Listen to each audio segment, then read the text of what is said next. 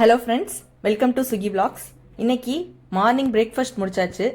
மதியம் லஞ்சுக்கு சாம்பாரும் வெண்டைக்காய் பொரியலும் தான் பண்ண போகிறோம். அதோட ஒரு விலாகாவும் இன்னைக்கு பார்க்கலாம் வாங்க.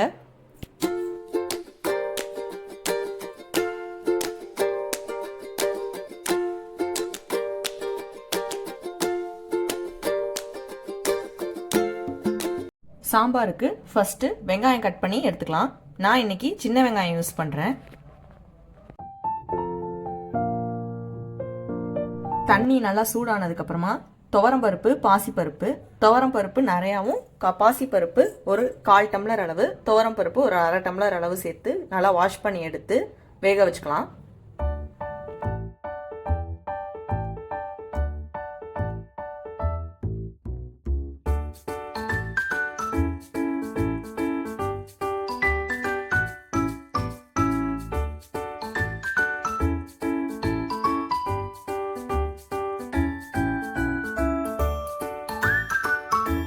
பருப்பு வெந்துட்டுருக்கு.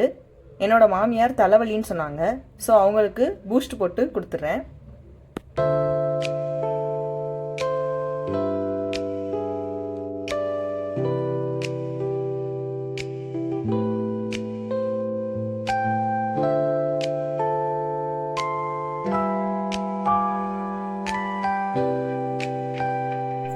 நானும் எனக்கு பால் சூடு பண்ணிக்கிறேன்.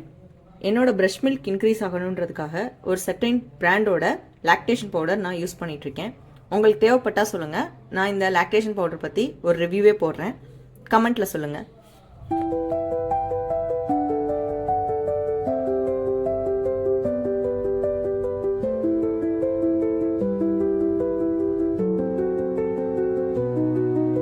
நான் ஒரு நாளைக்கு 3 லிட்டர் தண்ணி இந்த பாட்டிலால் 3 டைம் எப்படினாலும் குடிச்சிடணும்னு ட்ரை பண்ணுவேன். குடிச்சிடுவேன். ஏன்னா நமக்கு ஹைட்ரேஷன்றதா ரொம்ப இம்பார்ட்டண்ட். நம்ம குழந்தையும் பார்த்துட்டு இருக்கும்போது நம்மளும் ரொம்பவே ஹெல்த்தியாக இருக்கணும். ஸோ நான் ஒரு 3 லிட்டர்ஸ் தண்ணி டெய்லி குடிச்சிடுவேன். பருப்பு நல்லா வெந்துருச்சு, பார்த்தீங்கனாலே தெரியும்.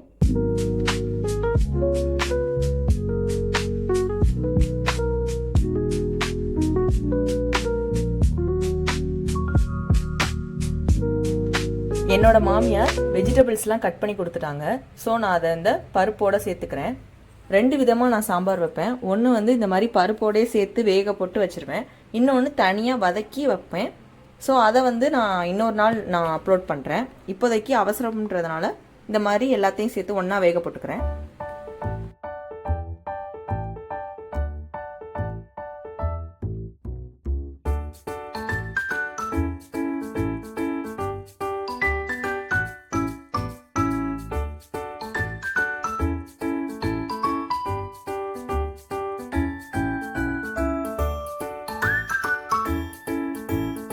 நான் ஒரு 3 பேருக்கு தேவையான அளவு சாம்பார் வைக்கிறேன்.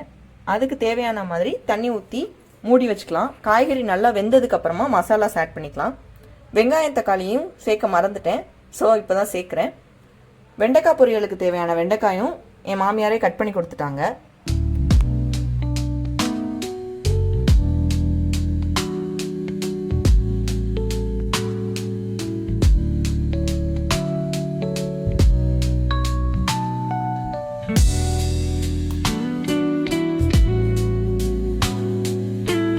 புளி வந்து ஒரு நெல்லிக்காய் சைஸ் அளவு நான் எடுத்து தண்ணியில் சேர்த்துருக்கேன்.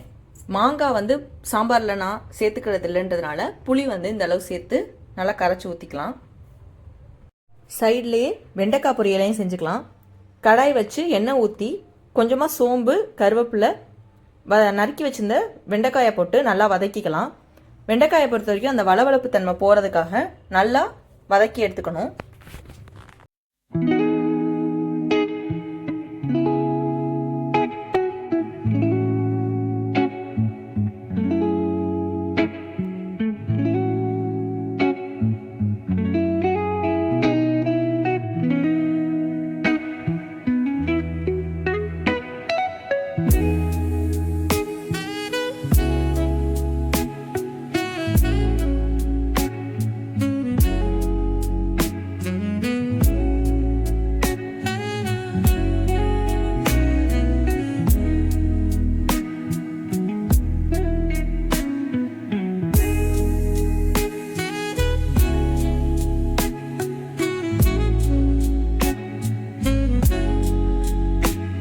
நல்லா வதங்கினதுக்கப்புறமா கொஞ்சமாக உப்பு ஆட் பண்ணிக்கலாம்.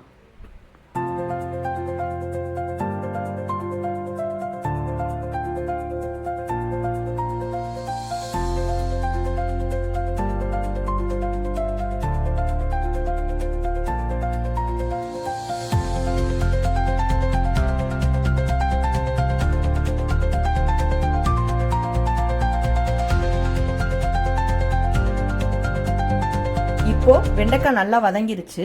இனிமேல் நம்ம மசாலாஸ் ஆட் பண்ணிக்கலாம். நான் இதுக்கு 1 டேபிள் ஸ்பூன் அளவு மிளகாய்த்தூள், 1/2 டேபிள் ஸ்பூன் அளவு சோம்புத்தூள், சீரகத்தூள் ரெண்டும் சேர்த்துருக்கேன். சாம்பார் சாதம்ன்றதுனால கொஞ்சம் காரசாரமாக இருந்தால் தான் டேஸ்ட் நல்லா இருக்குன்றதுக்காக நான் மிளகாத்தூள் மட்டும் கொஞ்சம் அதிகமாகவே ஆட் பண்ணிக்கிறேன்.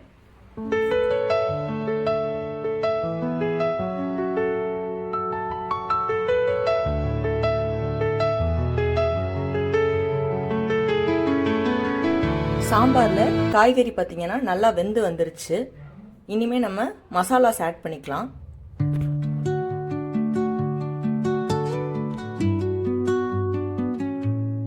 அதுக்கு முன்னாடி கரைச்சி வச்சிருந்த புளியை நம்ம சாம்பாரில் சேர்த்துக்கலாம்.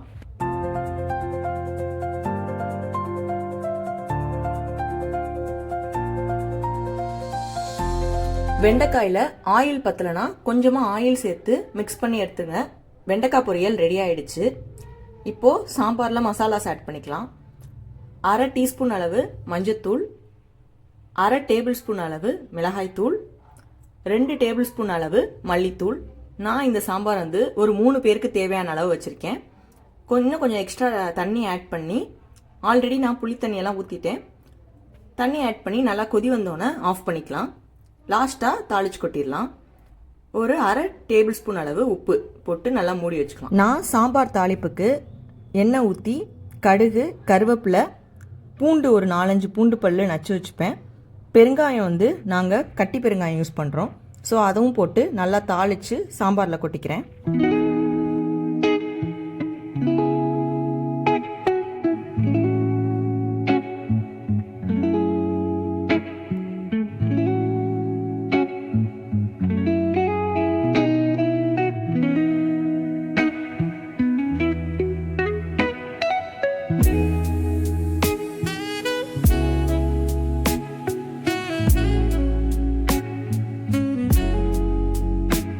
ஈவினிங்க்கு நான் 2 ஸ்லைஸ் பிரெட், 1 டம்ளர் பாலில் மதர் ஹார்லிக்ஸ் போட்டு நான் எடுத்துப்பேன். பிரெஸ்ட் மில்க் இன்க்ரீஸ் பண்ணுறதுக்கு மதர் ஹார்லிக்ஸுமே ஒரு நல்ல ஆப்ஷன்.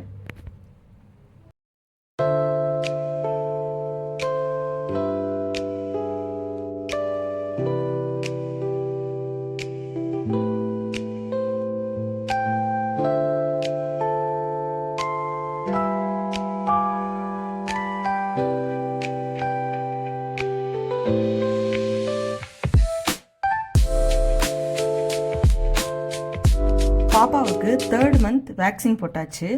ஸோ அதனால் குளிச்சு விடாமல் இன்றைக்கி தொடச்சி விட்டு பவுட்ரு போட்டு அவங்கள விளையாட வச்சுட்டு இருந்தேன்.